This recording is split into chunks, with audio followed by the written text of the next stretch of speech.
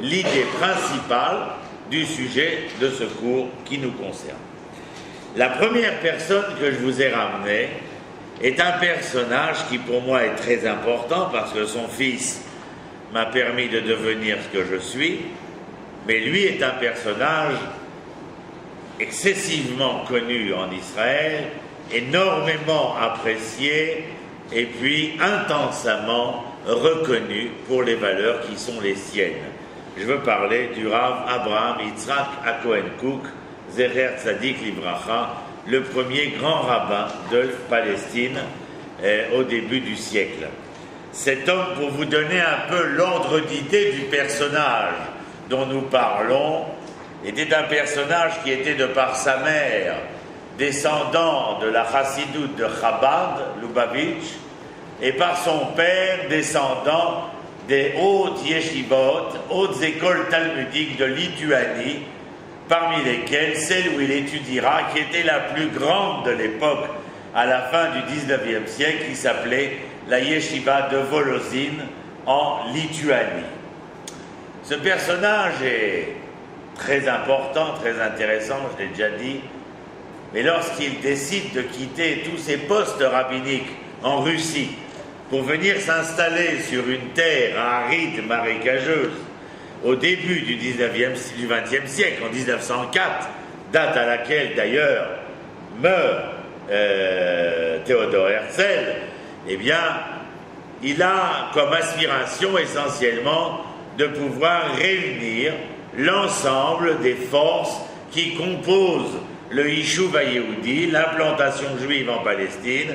et Dieu sait si elle était une véritable mosaïque, mais il était intimement persuadé que c'est au travers le labeur qui est le nôtre, c'est-à-dire la capacité de rassembler, de réunir, afin de rendre possible la pleine expression de l'image, malgré ses composantes si différentielles les unes des autres.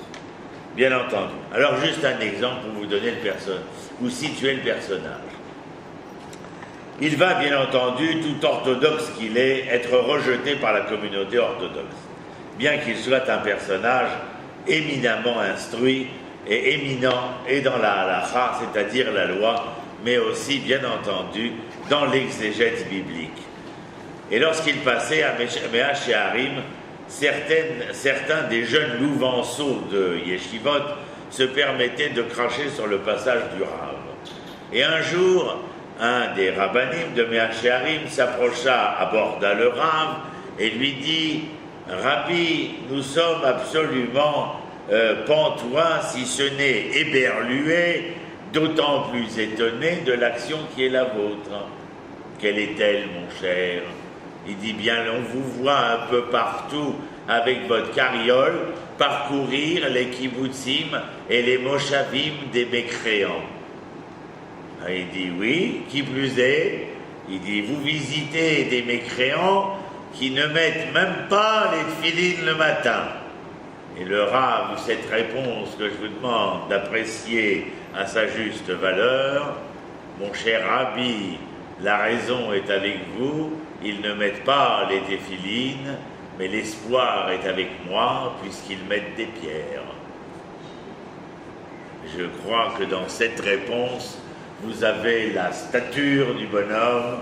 et ce n'est pas pour rien que lui et son fils deviendront les pères spirituels de ce qu'on va appeler les Kippot Srugot, qui revendiquent le Sefer Torah, qui revendiquent l'académie et l'université, qui revendiquent l'armée, qui revendiquent l'État, mais qui pour eux, même à ce niveau-là, le retour du peuple sur sa terre à travers sa loi légitime est une trilogie essentielle. Et si certains délaissent l'un ou l'autre, c'est à leurs frais celle de marcher d'une certaine manière boiteux ou claudiquant dans l'histoire qui se construit au quotidien. Et il est donc important de comprendre la nécessité d'appréhension de cette trilogie.